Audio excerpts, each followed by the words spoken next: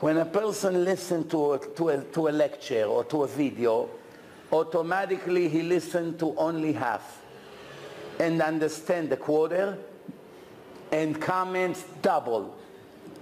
I repeat, listen to half of what the speaker say. If the lecture was 2 hours, he only heard 1 hour because his mind is somewhere else. So he skips a lot of important parts. But he thinks he has the whole picture.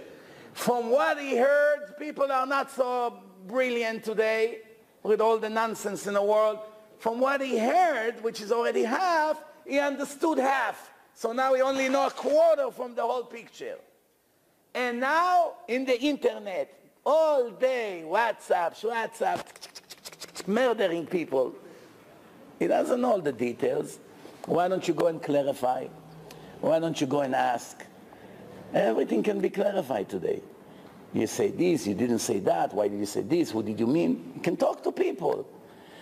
I promise you that 99% of the bad comments in the world against anyone, I'm not talking necessarily rabbis, against anyone, or even on the news, 99% of the comments are lies.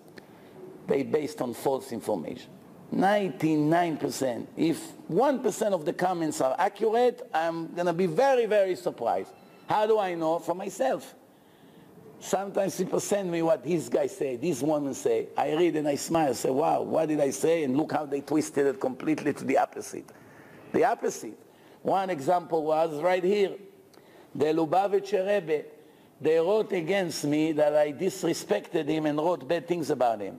If they only check for 1 minute, they see over the years that I brought stories about him at least 100 times. And I praised him very much in my lectures. And I say that he built an empire in a world which is something that is deserve a great admiration. And not only that, in my Facebook page, I don't think there's a day I don't put 1 or 2 posts from his books. I have many of his books in my house. I only say that I feel bad for him that some of his followers made him a god. I promise you he feels worse about it than me in his next world. I promise you.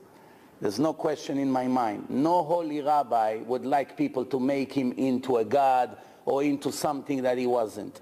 There's one thing to be a very, very holy, righteous person, which you have to admire and to respect and to love and to appreciate. And that's all the tzaddikim and all the great leaders, Baruch Hashem, we had plenty over the years. There's one thing to say certain things that is against the 13 principles of Judaism. Now, let's say you disagree with me. You have your own Torah. I don't know, you have your own books, whatever the case is. Is this the first disagreement in life? Big deal. So we had people who learn in Yeshivat Porat Yosef, Rav Ovadia Yosef, Rav Ben Zion Abba Shaul, learned for years together Chevruta. Almost every issue in halakha, they disagree with each other. He say this, he say that. He say this, he say that. Hundreds of times, right, Rabbi? Hundreds of times. Did they ever hate each other? Did they ever dare to disrespect each other? Did they ever make comments in public against each other? The opposite. When people came to Chacham Ben Zion Abba Shaul, he said, why are you coming to me? Go to Chacham Ovadia. Knowing that in this question, Chacham Ovadia will tell him the opposite of what Ben Zion will tell him. He didn't have ego. It wasn't about me. It was about the truth. My truth is my truth, and Rav Ovadia's truth is also from the Torah. If you are right in the argument, so you're right. So somebody disagree with you. That's not a reason to start with all the nonsense. So this is the problem. People don't listen. Also, they take things out of context. I never say any chas v'shalom derogatory word against the Rebbe whatsoever, ever. It didn't even cross my mind. Not only that, I went to him twice in my life. And then one time that I went to him, he gave dollars to all the people. I don't know what he saw in me, but he gave me a silver coin, which I still have until today.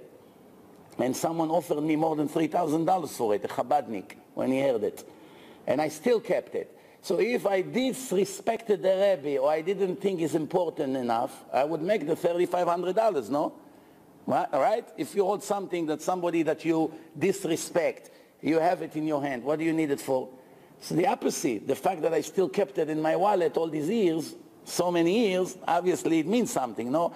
So here is an example how people who do not know 1% of the details, and they go and they attack and they murder and they lose their עולם הבא in 1 minute. That's what's happened. יש אדם מאבד עולמו ברגע אחד. How much we have to be careful.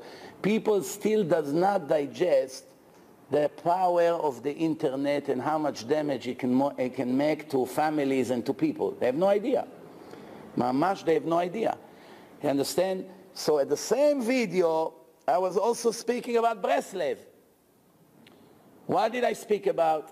I said they made the fact to go to Uman, it's one of the 10 commandments. It's not. You want to go to a grave of a tzaddik? Go. I'm not going to hold you. I'm not going to say it's a sin. Many people over the years ask me, is it a sin? I say, no, not a sin. I say, my opinion, that if there is a tzaddik that lived in the last few generations, and then we have all the Tanaim, the holy Tanaim, which the Gemara testified that they're Mechayeh Metim.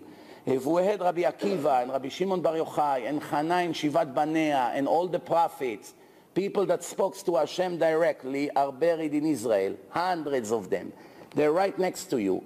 Why would you leave all of them and go to any holy rabbi, any, I repeat, any, nothing personal against anyone, any holy rabbi, to go to his grave far away on the other side of the world, spend money, be without your family in Rosh Hashanah, which is a holiday and the Judgment Day, when you have Rabbi Shimon Bar Yochai or Rabbi Akiva and this. You disagree with me? Fine. But why do you need to get angry? Why? Is that meaning that we disrespect your Rebbe? Did we ever say it's not holy? Did we ever say it's not righteous? What are you making up stories? People cannot hear the truth once their ego is involved. There's nothing about the truth. It's all about ego. Oh, yeah? You disrespect him like I respect him. He's not your rabbi like he's my rabbi. You're done. Now we have to murder you. Finish. Otherwise, we cannot sleep at night. This is what's going on here today. It's everywhere you go. Everywhere you go, these things happening. The politics. This is not what Hashem wants. Person can be shomer mitzvot and then lose everything because of this shtuyot. First of all, when a person makes comments against anybody that teach Torah on WhatsApp, on Facebook, show me one thing that he gained. He lose a lot. Show me one thing he gained besides his personal ego, or to take his anger on someone, or to try to take revenge against someone that he doesn't like what he said. Does he gain anything? Money he doesn't gain. Kavod he doesn't gain. Hashem doesn't love him more, and he perhaps lost his עולם הבא this minute. It's no joke. המלבין פני חברו ברבים, אין לו חלק לעולם הבא. The Gemara says, if you embarrass your friend in public, you have no share to the world to come. It didn't say if you embarrass the chief rabbi of the world. You embarrass your friend, the ignorant friend from across the street that doesn't know how to open Sidur. It didn't say big rabbi or someone who makes thousands of people religious. If that's the case, multiply it by 1 billion. If you insult a simple, ordinary Jew, simple, ordinary, not rabbi, not Talmid Chacham, nothing special, just, a simple, ordinary person, you can lose your olam haba. If you embarrass someone that does so good for the Jewish nation, what do you think will happen to you? If an ordinary person, you can lose your olam haba in a minute. This is Gemara. כאילו שופך דמים, המלבין פני חברו ברבים, what does it say? אין לו חלק לעולם הבא, 100%. People don't think.